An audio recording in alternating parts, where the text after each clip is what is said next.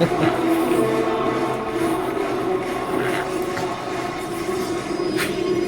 right, here we go, guys. They're both hugging that right-hand side of the map.